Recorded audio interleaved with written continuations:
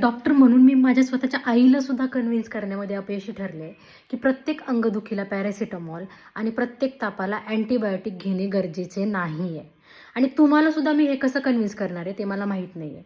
पण आता वेळ आली आहे हे समजून घेण्याची, की स्वतःचे स्वतः मेडिकेशन घेणे हे जीवघेणं ठरू शकतं. तर हाय, एक डॉक्टर म्हणून आम्ही पेशंटला जेव्हा मेडिकेशन प्रिस्क्राईब करतो आणि त्याचा त्याला इफेक्ट येत नाही, म्हणजे इन्फेक्शन कमी होत नाही किंवा पेन रिलीव्ह होत नाही, तर याचं रिस्पॉन्सिबल फक्त डॉक्टरच नाही आहे. याचं रिस्पॉन्सिबल तो पेशंट पण असू शकतो.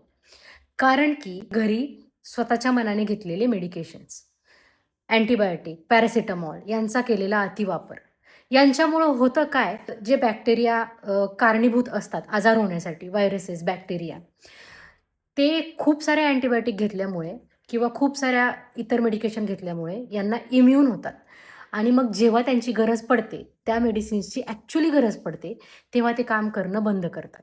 तर ICMRच्या आत्ताच आलेल्या रिपोर्टनुसार आणि नरेंद्र मोदीजींनी सांगितल्यानुसार निमोनिया आणि UTI याच्यामध्ये अँटिबायोटिकनी काम करणं बंद केलंय. मग विचार करा, UTI सारखा पेनफुल कंडिशनमध्ये जर मेडिसिन्स काम करणार नाही, तर करायचं काय?